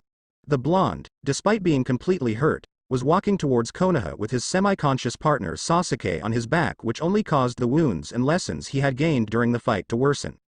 And although his injuries were almost completely healed thanks to the Cubist chakra, he could still feel the pain of these, and to make matters worse they had been raining for a long time, which caused him to stumble and fall to the ground constantly. In itself, Naruto Uzumaki had a long way to go to get to Konohagakure no Sado with his partner Sasuke Uchiha at a cost.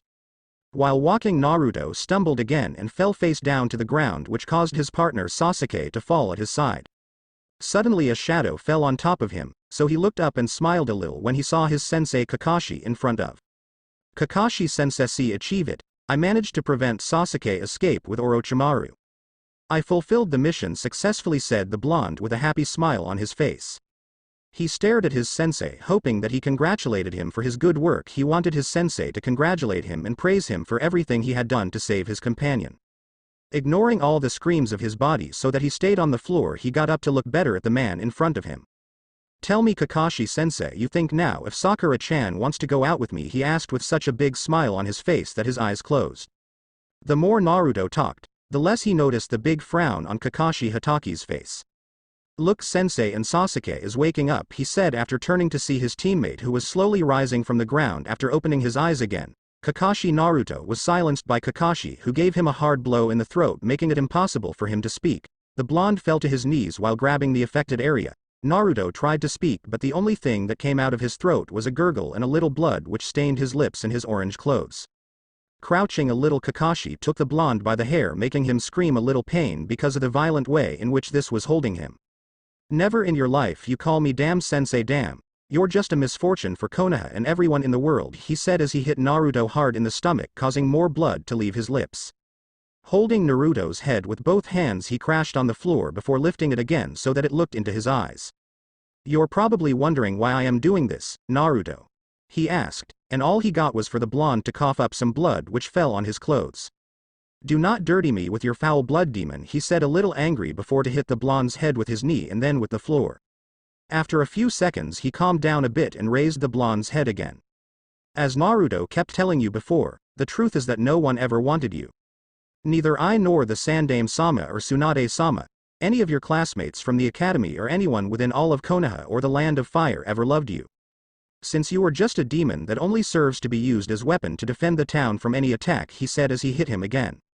Tears came out through Naruto's eyes. Naruto was crying not because of the blows that Kakashi was giving him, since he had endured worse throughout his life. So he was not crying for that, no, so he really was crying was because of the harsh and cruel words that came from the lips of his sensei. He could not believe everything he was saying, no, he refused to believe that everything in his life was a lie. A vile lie and cruel which was formed by all the people of the village of Konoha. Honestly, it's amazing to see that you could beat Sasuke. Apparently he'll have to increase his training much more after we return to Konoha, he said before grabbing Naruto by the throat with one hand while in his other hand he created a chidori which he used to pierce Uzumaki's right shoulder.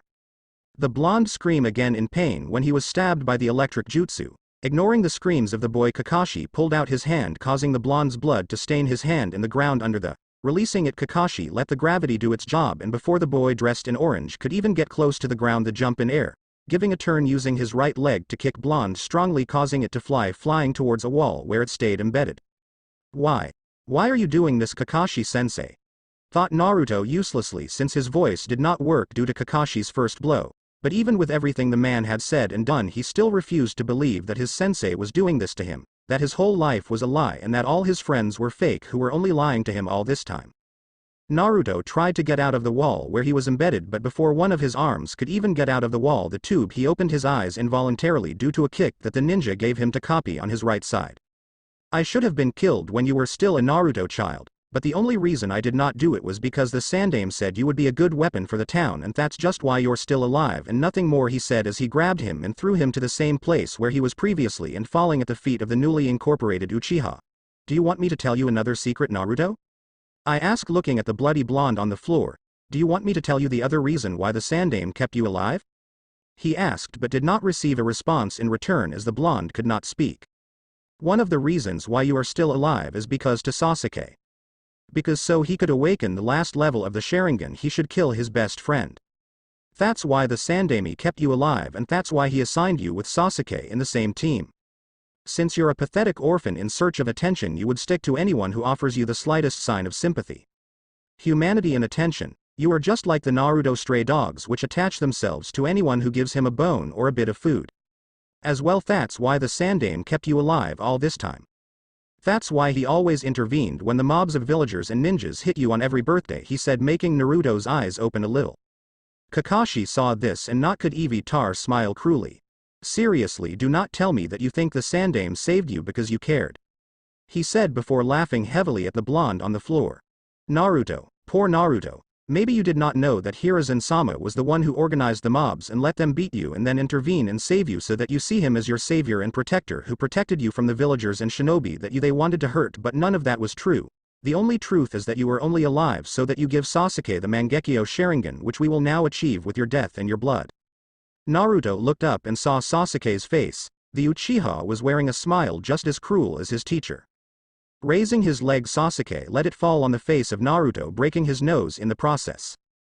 Kakashi approached Sasuke, who kept kicking Naruto in the face again and again, and all with a sick smile on his face. Sasuke is enough, Kakashi said as he placed his hand on the shoulder of the Uchiha to stop him. As funny as this is, and as much as I want to see the devil suffer, we have to end this quickly so it ends with him so you can get the Mangekyo Sharingan, Kakashi said as he raised the shield of his forehead to show his Sharingan eyes. Reluctantly, Sasuke nodded as he lifted Naruto up by the throat until he was in front of him. Sasuke hit Naruto various times in the stomach. The Raven smiled a bit of happiness when he saw the look of defeat and betrayal on Naruto's face. You really thought someone cared about you, Naruto, who wanted to make friends with a monster like you? Everything was planned from the beginning, he said as he hit Naruto in the stomach, causing him to spit more blood. All your life you were a useless adobe without value or importance in the world, with no one to take care of you or care for you, but rejoice. In the end, your pathetic life will serve to give me the next level of the Sharingan. Only that's why I agreed to become your friend, because only killing your best friend you can get this power, he said while creating a Chidori in his free hand. The Uchiha squeezed Naruto's neck tightly. The blonde remained suspended in the air. He did not have the strength to keep fighting, and he did not want to do it either, not after everything he had heard. His whole life was a lie. All his life was a complete deception full of betrayals, disappointments, lies and abuses. To know that his whole life was a fake was the worst blow or torture he had suffered. He understood why it was that Sarutobi was always so kind to him, an orphan without a name or family, why one of the Sannin took it as his student. Now that he listened to the truth of his supposed sensei, the only thing he expected was that his death be quick and painless. Sasuke delighted as he looked at the blonde's face for the last time. Squeezing Naruto's neck tightly, and he traversed Naruto's chest again with his Chidori like all previous times. The Uchiha frowned when, unlike the first time, he did not hear not a single scream from the blonde. Letting go of him, letting him fall to the ground. A few seconds later he also fell with a strong burning and itch in his eyes. He shouted loudly as he brought his hands to his eyes, which were burning like never before in his life. He could even feel how the crimson blood had started to come out of his eyes and roll down his face. After those that seemed hours of pain and agony insufferable, his eyes finally calmed down. Looking up, he saw that Kakashi smiled and nodded, indicating that he had obtained the Mangekyo Sharingan. Looking at the blonde, he saw that despite all he was still with life, which caused him to get angry more than before. But giving him a closer look, he saw that he was alive, but not for long, as his body had started to get a little pale. Kakashi smiled as he looked at the boy in front of him. Congratulations, Sasuke, you have reached the Mangekyo Sharingan. Now you are one step closer to being able to kill your brother and avenge your clan. So when we return to Konoha, we will all celebrate with your new eyes, and because finally we decide on the devil. Then I will train you every day so that you can master your new eyes completely, he said, his student's pride in the new eyes he had achieved. When we finish your training, you can master your Mangekyo Sharingan in a way that not even Itachi will be a rival for you, he said as he turned his gaze to Naruto, who had his eyes almost completely closed, indicating that he only had a few seconds left at the most. Now to get rid of the nasty demon, he said as he transformed his normal Sharingan into his Mangekyo. With the little life force that was left, Naruto could feel his body was swallowed by a kind of hole that had formed on his chest. Being swallowed by the hole caused a great pain to travel throughout his body. The pain was strong, but he could not scream, and neither did he want to give Sasuke or Kakashi the pleasure of being heard screaming. He would not give either of the two bastards the pleasure of hearing their cries of pain.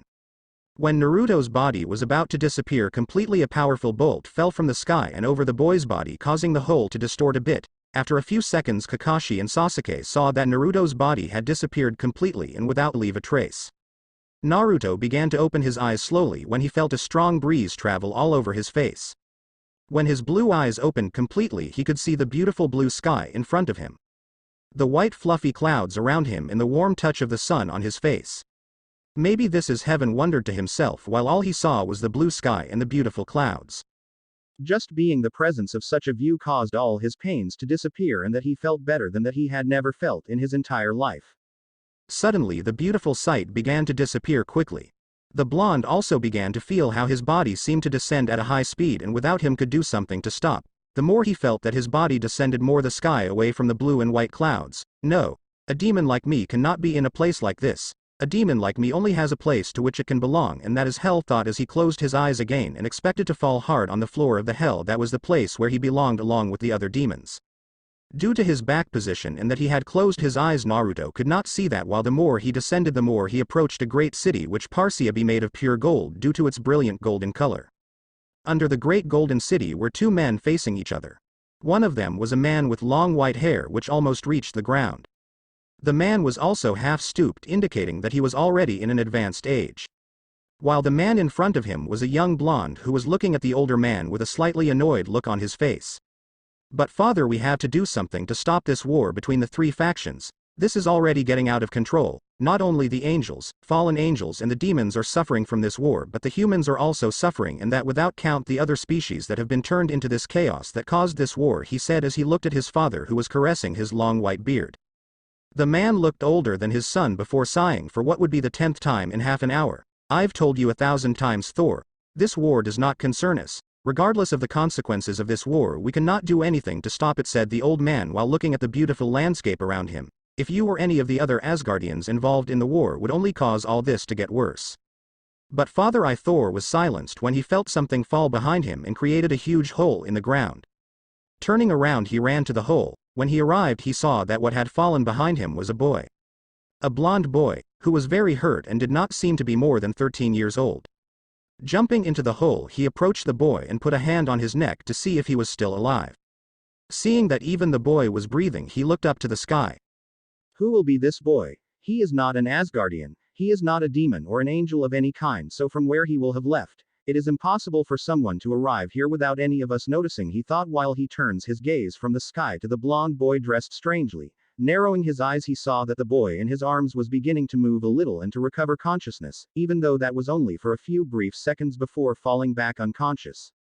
What's going on, Thor? Who is that boy? The man asked as he looked at his son, rushing the blonde boy. I do not know who the father is. He is not an Asgardian, but he is still alive, but that will not be for long if we do not give him medical treatment, he said as he carried him better in his arms. Teaching his body, he started out of the hole. Before the older man could ask something, a hammer appeared in the blonde's hand. Taking the hammer by a small rope that he had in the handle, the blonde turned a couple of times before pointing to the sky, where a few seconds later he left flying along with the boy in his arms. 3 days have passed since Thor and his father found and brought the mysterious blonde boy who had fallen from the sky with his mother and the best healers in his town. All the healers, including his mother who was the best of all, had told him that the blonde boy was completely cured to 100% of all his wounds, no matter how engraved and lethal they were. His mother had also told him that of all the wounds he had had, the only one that would leave a permanent mark would be the wound on his chest, which left a scar shaped like lightning. His mother had also told him that the boy had been very lucky to be alive, since that wound must have killed him, but apparently she had healed quickly, preventing him from dying. He of course asked her when he could wake up, since he had many questions to ask her, but she told him that it was impossible to know because the only real damage he had was in his head. Since apparently he had suffered a trauma so great that it was preventing him from waking up completely. Looking at the blonde boy, he saw that he was peacefully asleep. But if a person with a good eye looked at him, he would see that the blonde had suffered physical, mental and verbal abuse. He was also suffering from a great malnutrition due to the size that the possessed was not according to a person his age. Hearing steps behind him, he turned only to see that the person behind him was no other than Father, who had a curious look on his face. Odin, the king and god of all the Nordic gods, known as the father of everything Asgard, looked at the blonde boy lying on a bed while he seemed to sleep peacefully and without problems. How is the child still? He asked as he looked at his eldest son. He was not worried about the boy himself, but to know how it was that he was able to cross the barriera that surrounded and protected all Asgard. Mother says that all her wounds are completely healed. She also says that the only thing that prevents him from waking up is his mind. Apparently he was the victim of a great mental trauma which was still affecting him and that is preventing him from waking up complete, said the god of thunder. Odin began to stroke his long beard while looking at the boy. He had many questions for the blonde. He wanted to know where he came from and how he came to his kingdom without anyone noticing his presence. He knew that there was no god or other being who could enter Asgard without his knowing it, much less an ordinary human like him. Narrowing his old eyes, he watched as the boy moved on the bed as if he were having a nightmare. It seems that is about to wake up, he said as he watched as the blonde was moving in his bed more and more. Naruto opened his eyes slowly before closing them due to the intense white light that had hit him in the face. Trying again, he began to open his eyes, but now slower and more calmly than before. Opening them a bit, he waited for them to get used to the light before opening it completely. After his blue eyes got used to the light, he looked at the ceiling of the room and he saw that the whole ceiling seemed to be made of gold. Turning his gaze to another side, he looked at a window that was in the room where he was and he saw that everything that was outside the window seemed to be made of gold too. Suddenly his entire body tensed when he felt that someone was watching him. Looking sideways, he saw two men whom he had never seen in his life. One of them was a young and handsome man while the other was older and old. Looking at his clothes, he saw that these were dressed in a very strange way. "Who are you and where am I?" he asked as he picked himself up a little on the bed in fear that the two men in front of him would want to hurt him as his sensei Kakashi and his teammate Sasuke had done. "Easy boy. We are not at all," said Thor as he took a step forward but stopped when he saw the blonde was made more back to get as far away as possible from him. "Calm down. Nobody here wants to hurt you. We just want to talk to you, that's all. Do not be afraid. I'll open it for you," Naruto said, completely scared of the two men in front of him. Seeing how the boy was scared of the Thor took a step back to the place where he was and saw how the blonde calmed down a bit. "Quiet, we're nothing. My name is Thor and this is my father Odin. We were the ones who met you after you had fallen from the sky," he said, confusing Naruto a little since he did not remember any of that. "Tell me, young, you could tell us your name and where they came from." Even though the man said he was not angry at all, Naruto was not willing to believe in him or his words, so he decided to stay alert if he wanted to approach him. He could no longer afford to trust someone. He was not willing to trust someone other than himself. Not after what his sensei and teammate did to him. "My name is Naruto Uzumaki and I am from Naruto," stopped at what he was about to say when Kakashi's words echoed in his head again. The words of how everyone in Konoha was using him only for the Kyuubi inside. How all the friends that he had won in his whole life were false. A feeling of hatred and anger was forming within him when he remembered all the abuse and suffering that he had suffered at the hands of his old people. He had endured everything with a smile and hoping that one day they would recognize him and treat him like a normal person. But now, after knowing the whole truth, he just wanted to go back to the village and finish what the Kyuubi and Suna started and could not finish. "I was rather from the village of Konohagakure no Sato." Konoha. I had never heard of that place, Odin said as he looked at Naruto. "Tell me, child, where is this Konoha exactly?" He asked him since he had been in the world almost since his creation and he had never heard a place with the name of Konoha.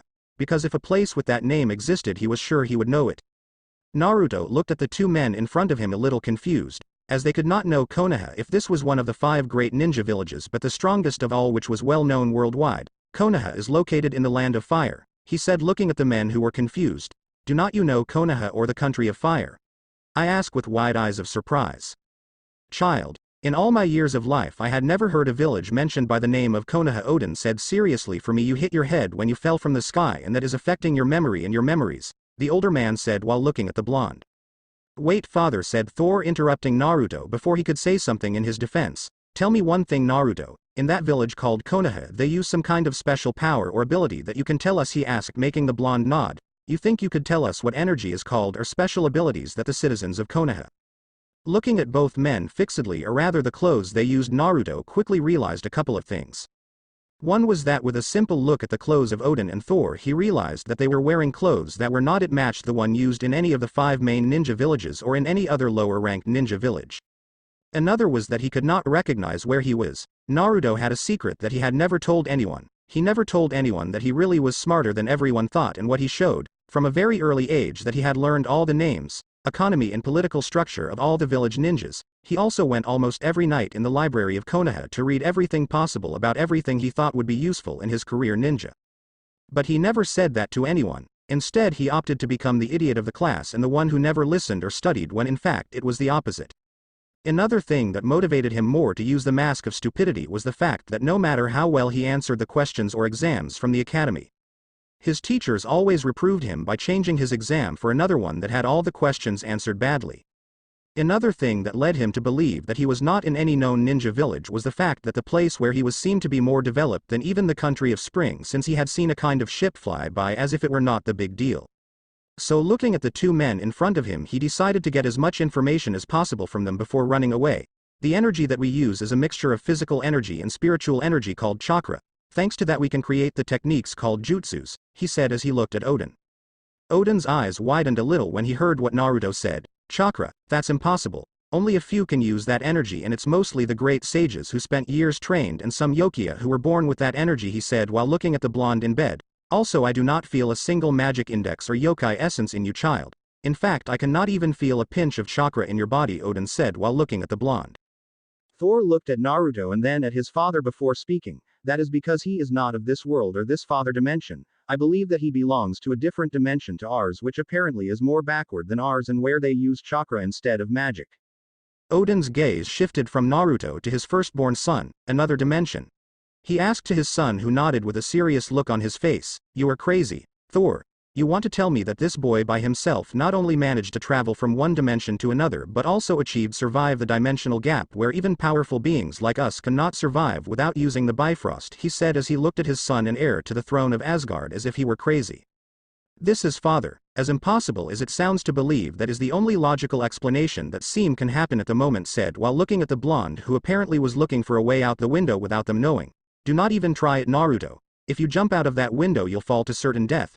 Even I could not survive a fall like that. Naruto was surprised that the man knew what he wanted to do with just a glance. Looking away from his son to the blonde young man, the father of all Asgard spoke while stroking his white beard. If this guy is really from another dimension, then we have to make sure that he is not a danger to Asgard or someone else. It's bad enough that the factional war is spreading to other places, so that now we have to worry about an attack from another dimension that we do not know anything about, he said while looking at Naruto seriously. So I am sorry, boy, but you will come with us to be questioned about where you are and what your true intentions are, he said as he began to walk towards the blonde. No, get away from me, Naruto said, scared when he saw that the man started walking towards him. Do not come near, he said, but the man ignored him. I told you to stay away from me, he said as his eyes went totally white. The eyes of Thor and Oden opened when a bolt of lightning broke through the ceiling where they were and fell on the blonde and covered him completely. Thor's eyes then narrowed a little when he saw how all the sky above them was beginning to darken and flash. Not knowing what was going on in the sky over Oden, he looked at the boy in front of him before grabbing his cane with both hands. Child, I do not know who you think you are, but you are not a match for me, he said as he took another step towards Naruto while pointing his cane at him. I said to stay away from me, Naruto spoke with a deeper voice and filled with power. Raising his right hand, pointing towards both men, who were surprised when a beam formed in the blonde's hand. The face of surprise of Oden and Thor only increased more when the beam shot out of Naruto's hand and hit both of them, causing both to fly backwards as they collided and destroyed several walls that were in their way. After sending both men away from the blonde, he returned to normal and began to pant heavily. Looking at what he had done, he looked at his hands completely surprised. Like me, the blonde could not finish what he had started because his eyes had turned white and he had fallen unconscious on the bed. Oden and Thor left the fifth wall that was between them in the room where Naruto was. They were completely surprised by the blonde's attack and by the power behind it. The attack was not only strong enough to send them away of several walls but also had enough power to hurt them a little to both. Walking through all the walls, they returned to the room where the blonde was, only to find him unconscious in bed. What the hell just happened? Oden asked as he approached the sleeping blonde. Thor also approached the unconscious blonde, raised his eyes. The whole he saw that the sky had returned to normal. What just happened, father, is that I just found my new successor, said the blonde while a smile appeared on his face. Oden looked at his son a little confused. Your new successor? Asked the father of everything. This is father. This guy who will be the new thunder god of Asgard here, he said before turning his gaze to the unconscious blonde. He could see that after the lightning strike him, Naruto's body had inflated a little. Thanks for watching.